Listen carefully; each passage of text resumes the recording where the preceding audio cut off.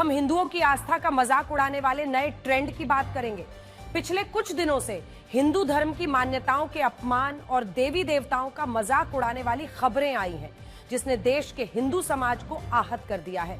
TCS में चल रहे धर्म परिवर्तन रैकेट के बारे में हम आपको बता ही रहे हैं। इसके अलावा एक खबर केरलम से है, जहां विशु त्योहार को लेकर कुछ रेस्टोरेंट ने अपने पोस्टर में भगवान श्री कृष्ण को नॉन वेज परोसते हुए दिखाया गया है। इसको लेकर विवाद हो गया है। इसके अलावा चश्मे बनाने वाली कंपनी लेंसकार्ट में हिंदू कर्मचारियों के लिए आई ड्रेस कोड गाइडलाइंस भी विवाद का विषय बन गई है। हम आपको इस पर अपनी एक रिपोर्ट दिखाते हैं। अलपुजा के मेहर मंडी एंड ग्रिल्स नाम के एक रेस्टोरेंट ने अपने पोस्टर में भगवान श्री कृष्ण के आगे नॉनवेज परोस दिया। इस तस्वीर में हमने प्लेट में रखे नॉनवेज आइटम को ब्लर कर दिया है, क्योंकि हमें मालूम है कि हिंदू धर्म को मानने वाले अपने आराध्य के सामने भोग के तौर पर मांस नहीं परोसते हैं।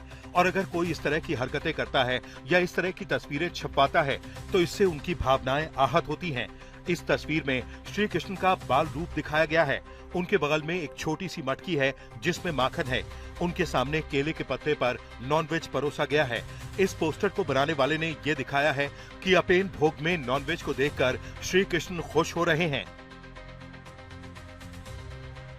इस तरह के एक और रेस्टोरेंट मंडी मंजिल का एक पोस्टर भी वायरल है, जिसमें हैप्पी विशु कहते हुए श्री कृष्ण का हाथ नॉनवेज बिरयानी के ऊपर दिखाया गया है। ऐसी तस्वीर पेश की गई है जैसे श्री कृष्ण भोग के तौर पर अपनी उंगली नॉनवेज खाने पर रख रहे हैं। एक और दक्षिण भारतीय रेस्टोरेंट ने विशु त्योहार की शुभकामनाएं देते हुए भगवान श्री कृष्ण को चम्मच से चिकन बिरयानी उठाते हुए दिखाया है। एक रेस्टोरेंट ने तो माखन खा रहे बाल श्री कृष्ण के बगल में नॉनवेज बिरयानी की एक प्लेट दिखाई, जिसका हाथ श्री कृष्ण के कंधे पर है। क्या ये सोचने वाली बात है कि अचानक एक रणनीति के तहत कई रेस्टोरेंट हिंदू भावनाओं से खिलवाड़ करते हुए श्री कृष्ण को मांस खाने के लिए उत्सुक दिखा रहे हैं? आखिर ये किस तरह की मानसिकता है जिसमें हिंदू देवी देवताओं को मांस परोसने जैसी तस्वीरें छपवा दी जाती हैं और ऐसे ढोंग किया जाता है कि उन्हें पता ही ना हो कि हिंदू धर्म में देवी देवताओं के सामने मांस परोसने का मतलब उनका अपमान करना है और हिंदुओं की भावनाओं का मजाक उड़ाना है। मेहर मंडी एंड ग्रिल्स के मालिकों ने ऐसा ही किया। इस पोस्टर को लेकर सोशल मीडिया पर खूब बवाल हुआ, जिसके बाद रेस्टोरेंट के मालिक मोहम्मद हिशाम, मोहम्मद उवैस और मोहम्मद शमीर ने इस पोस्टर पर माफी मांगी है। उन्होंने कहा कि ये गलती डिजाइनर की तरफ से हुई है और उन्होंने ये पोस्टर अप्रूव नहीं किया था। उनका कहना है कि किसी अन्य व्यक्ति ने ये पोस्टर वायरल कर दिया। अब वो हिंदुओं की भावनाएं आहत होने पर माफी मांग रहे हैं। लेकिन सवाल माफी का नहीं है। सवाल ये है कि पवित्र विशु त्योहार के लिए जो पोस्टर छप रहे हैं उनमें हिंदू भगवानों को रखना है या नहीं, मांस परोसने जैसी तस्वीर बनानी है या नहीं। ये सब बिना मालिक की अनुमति के कैसे बनाया जा सकता है? क्या डिजाइनर ने अपना दिमाग लगाकर श्री कृष्ण को भोग में नॉनवेज परोसे जाते हुए दिखा दिया? ऐसा लगता है कि जैसे एक रणनीति के तहत हिंदुओं के विचारों को प्रभावित करने की कोशिश की जा रही है और जानबूझकर एक खास वर्ग हिंदू देवी देवताओं का मजाक बनाकर हिंदू धर्म को अपमानित करने की कोशिश में जुटा है। केरलम की घटना सिर्फ एक उदाहरण नहीं है। महाराष्ट्र के नासिक टीसीएस में भी यही हो रहा था। 8 मुस्लिम युवाओं की टीम मिलकर कंपनी में काम करने वाले हिंदू लड़कियों और लड़कों को मुस्लिम बनाने में लगे हुए थे। हिंदू लड़कियों और लड़कों के सामने बार बार हिंदू मान्यताओं का मजाक उड़ाया जाता था, उन्हें नीचा दिखाया जाता था, हिंदू भगवानों का अपमान किया जाता था, जिससे कंपनी में काम करने वाले हिंदुओं की आस्था प्रभावित हो ताकि उन्हें मुस्लिम बनाया जा सके। इस केस से जुड़ी एसआईटी ने अपनी जांच के हवाले से कई बड़े खुलासे किए हैं। हम आपको पिछले 2 दिनों से इस केस से जुड़ी कई अहम चीजें बता रहे हैं। कल हमने आपको बताया था कि 7 मुस्लिम लड़कों और कंपनी की मुस्लिम एचआर मैनेजर निदा खान के शिकारों में केवल हिंदू लड़कियां ही नहीं, हिंदू लड़के भी थे।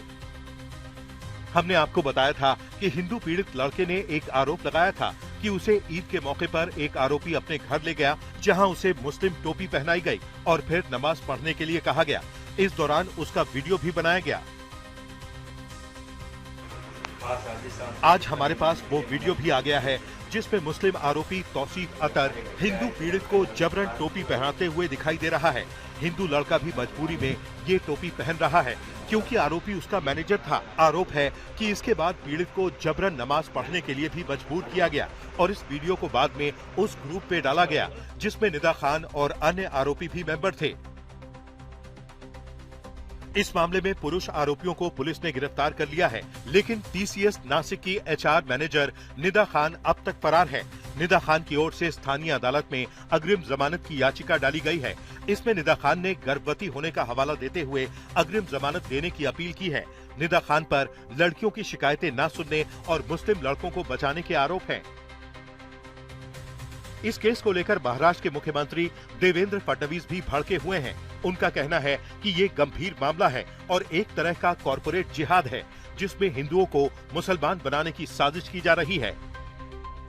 ये मामला बहुत सीरियस मामला है और इस पर बहुत कड़ी कार्रवाई हम लोग कर रहे हैं और बिल्कुल ध्यान में आता है कि एक मॉड्यूल के तहत इसको किया गया है। फॉर्चुनेटली टीसीएस जैसी कंपनी ने बहुत बड़ी भूमिका इसमें ली है। किसी को भी शील्ड हम नहीं करेंगे, इस प्रकार की भूमिका टीसीएस ने ली है और टीसीएस के प्रमुख ने भी इसकी बहुत निंदा की है। और मुझे लगता है कि इस मॉड्यूल के तार कहां तक है इसकी जांच हम लोग करेंगे। हम लोगों ने सेंट्रल एजेंसीज को भी इत्तला दी है और आवश्यकता के अनुसार उनकी भी मदद इसमें ली जाएगी। कंपनियों में नेक्सस चलाकर हिंदू लड़कियों और लड़कों को मुस्लिम बनाने के केस को देवेंद्र फडणवीस ने कॉरपोरेट जिहाद का नाम दिया है और ये कॉरपोरेट जिहाद सिर्फ किसी एक कंपनी की एक ब्रांच तक सीमित नहीं है। एक साजिश के तहत कंपनियों में ऐसे नियम भी बनाए जा रहे हैं जिनमें हिंदू धर्म से जुड़ी मान्यताओं को द्वितीय दर्जे का बताकर उनका अपमान किया जा रहा है। चश्मे बनाने वाली मशहूर कंपनी लेंसकार्ट को लेकर ऐसा ही एक विवाद सोशल मीडिया पर छाया हुआ है। लेंसकार्ट से जुड़ी एक ड्रेस कोड गाइडलाइन वायरल है जिसमें हिजाब को सही लेकिन बिंदी, कलावा और टीके को गलत बताया गया है। यानी एक मुस्लिम महिला लेंसकार्ट के ऑफिस में हिजाब पहनकर आ सकती है, लेकिन कोई हिंदू महिला वहां बिंदी लगाकर या कलावा बांधकर नहीं आ सकती। हिंदू कर्मचारी वहां टीका लगाकर भी नहीं आ सकते। सिर्फ यही नहीं, सिखों के लिए भी यहाँ नियम कायदे बनाए गए हैं जिसके मुताबिक वो केवल काले रंग की पगड़ी पहनकर आ सकते हैं, किसी और रंग की नहीं। सोशल मीडिया पर हुए विरोध के बाद लेंसकार्ट के सीईओ पीयूष बंसल ने कंपनी की हिंदू विरोधी गाइडलाइंस को गलत बताया है और कहा है कि ये गाइडलाइंस उनकी कंपनी की मौजूदा गाइडलाइन नहीं है और ये उनकी कंपनी की एचआर पॉलिसी भी नहीं है। हालांकि इस गाइडलाइन की कॉपी के बारे में दावा किया गया है कि ये इसी साल फरवरी में जारी की गई थी, जिसका कंपनी के अंदर काफी विरोध हुआ था। इसी के साथ साथ एक दावा ये भी है कि पिछली गाइडलाइंस में भी बिंदी, कलावा और टीके को प्रतिबंधित किया गया था, जिसको लेकर एक कर्मचारी ने विरोध जताया था।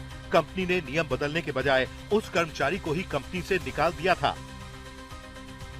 अब इन आरोपों को लेकर लेंसकार्ट की तरफ से कोई बयान नहीं दिया गया है, लेकिन इससे एक बात साफ नजर आ रही है कि कॉरपोरेट कंपनियों में हिंदू कर्मचारियों को द्वयम दिखाने के लिए उनको हिंदू मान्यताओं का पालन करने से रोका जा रहा है।